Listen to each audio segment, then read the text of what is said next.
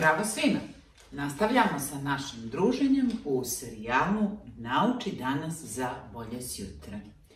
Ja sam Jelena Vuletić, osnivač firme Balance to Business, koja se bavi coachingom, konsultingom, mentoringom, edukativnim treninzima, a sve u cilju poboljšanja vaših ličnih i profesionalnih sposobnosti. Pored toga, mogu slobodno reći da imam dvije karijere, a to je da obavljam funkciju izvršne direktorke za rizike u hipotekarnoj banci. Tema današnjeg videa je kako da pripremimo i efikasno vodimo sastanak. Koliko puta ste se zapitali sljedeće: zar u agendi nije stajalo da će sastanak trajati sat vremena? Mi smo ovdje već 2 sata. Koja je uopšte svrha ovog sastanka? Zaista, dosta mi je više sastančenja, toliko je neko izgubljeno vrijeme.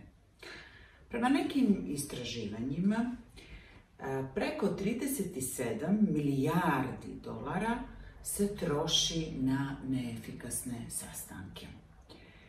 Koja je uopšte definicija pojma sastanak?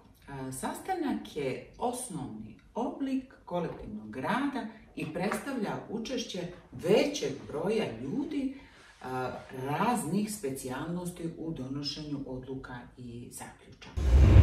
Prednosti sastanka u odnosu na ostale oblike dogovaranja su višestruke i ja ću nabrojati neke. To su dobijanje povratne informacije vrlo brzo, razmjenjivanje informacija, pojašnjenje odgovornosti, osjećaj zajedničke vizije, jačanje tima i da ne nabrajam više. Postoji zabluda oko toga šta jeste, a šta nije sastanak.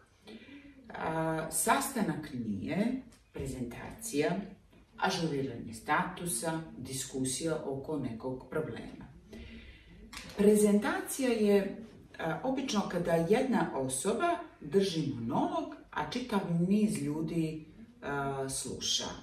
Moja preporuka bi vam bila da zaista, ukoliko ste u ulozi prezentera, makar dan ranije pošaljete svoju prezentaciju kolegama, gdje bi se onda tokom same prezentacije u stvari stvorio jedan ambijent za grupnu diskusiju. Dalje, ažuriranje statusa svakako nije sastanak ili, kako kažemo sad, update. Moja preporuka bi bila da, ukoliko radite na nekom projektu, formirate neku vrstu sharing dokumenta ili grupnog maila u kojem će se povremeno ažurirati statusi na radu u nekom projektu. Također, diskusija nije sastanak. Diskusija o nekom problemu u stvari podrazumijeva da samo jedan broj ljudi i neke članove tima pozovete na sastanak kako biste jasnije razriješili i pronašli rješenja vezano za problem koji se desio. Nešto što zaista uvijek ponavljam, i to kažem 3 puta, zašto je važna priprema sastanka. Kada pričamo o efikasnom sastanku, oni moraju da ispune, pod broj 1, cilj, da oduzmu minimum vremena i da probude zadovoljstvo kod svih učesnika i da svako ko izađe sa sastanka zna šta treba ili ne treba da radi.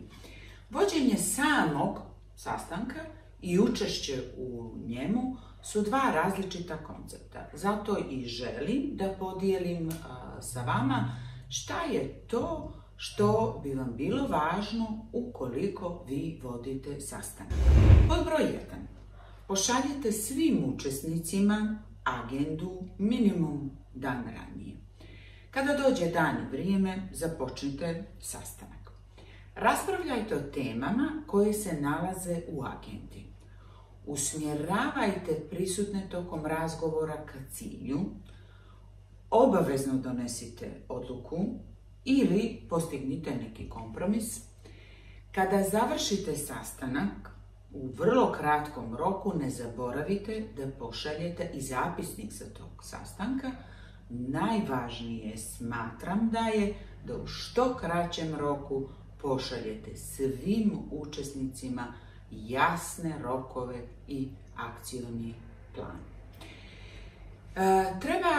Također treba da znate i da prepoznate neke najčešće greške koje se dešavaju na sastancima, a to su nedostatak fleksibilnosti, irelevantne teme koje nisu na agendi, kašnjenje na sastanak, loše upravljanje sastankom, davanje suviše detalja, nemati uopšte svrhu sastanka, a izuzetno je važno, možda djeluje da nije, ali je mnogo važno da izaberete pravo mjesto i vrijeme na kojem ćete da održite sastanak.